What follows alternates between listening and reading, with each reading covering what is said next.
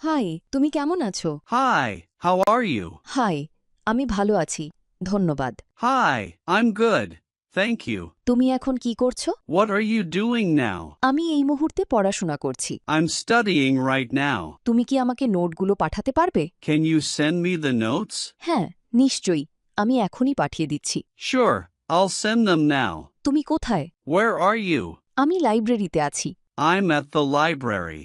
দয়া করে তোমার লাইভ লোকেশনটা পাঠাও। Drop your live location, please. ঠিক আছে, আমি এখনই পাঠিয়ে দিচ্ছি। Okay, sending it right away.